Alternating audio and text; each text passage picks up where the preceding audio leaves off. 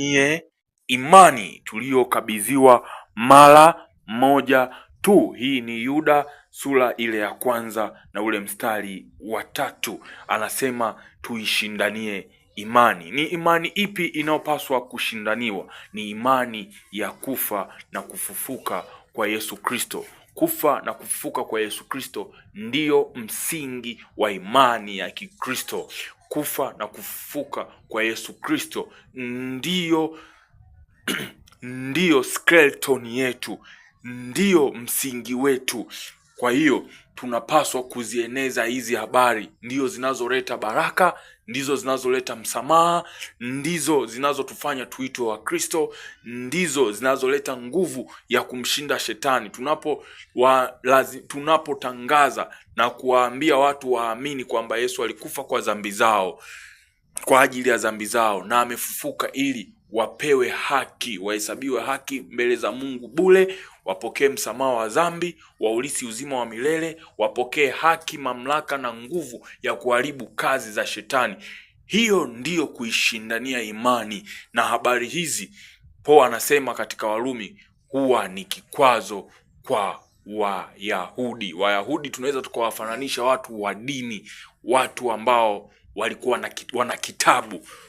Huwa hawapendi kusikia habari za kufa na kufuka kwa Yesu Kristo. Wao wanapenda kusikia habari za Yesu kuwa ni nabii. Na kwa wasomi, yani Wayunani, kwa kipindi hicho Wayunani ndio walikuwa wasomi, huwa kilikuwa ni kikwazo kwamba mtu atakufaje kwa ajili ya dhambi zako? Ini hao kwa jina la Yesu mtu apone magonjwa? Yani ina maana kwao walikuwa wanaona huu ni upuuzi.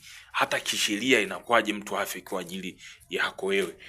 Kwa hiyo tunapaswa kuishindania imani ambayo tumekabidhiwa mara moja tu. Na huyu ni Yuda, blaza yake Yesu.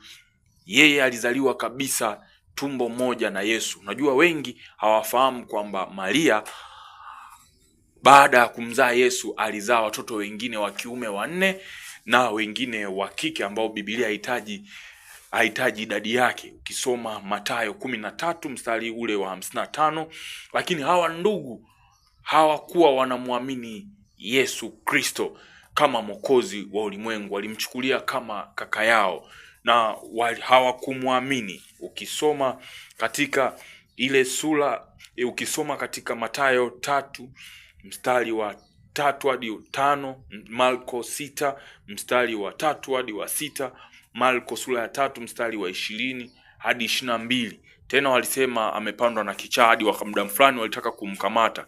Hawakumwamini, walimchukulia kama kaka yao. Lakini baada ya kufufuka, tunaona katika Matendo ya Mitume sura ile ya kwanza mstari ule wa 14, Yesu pamoja na mama yake ndugu zake Yesu wote, kina Yuda, kina Simeoni, tunaona wote walimwamini, wote walikubali baada ya kufufuka. Kwa hiyo kufufuka kwa Yesu ndiko tunapaswa kupigania. Hata hawa ndugu zake walianza kuamini alipofufuka.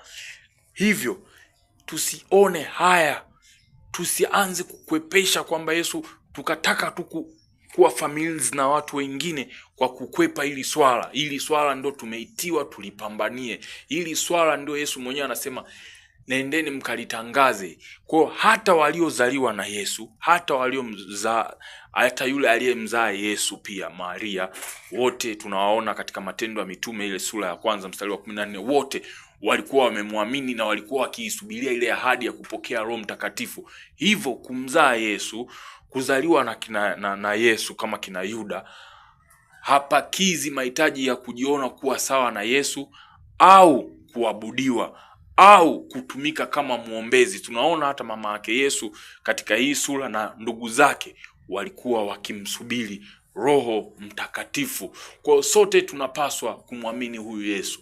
Sote tuliondolewa dhambi kwa kukubali msamaha wa msalabani. Sote tulikubali neema kama kina Yuda, maana Yuda alikuwa misionari, Yakobo alikuja kuwa kiongozi wa kanisa baada ya Petro.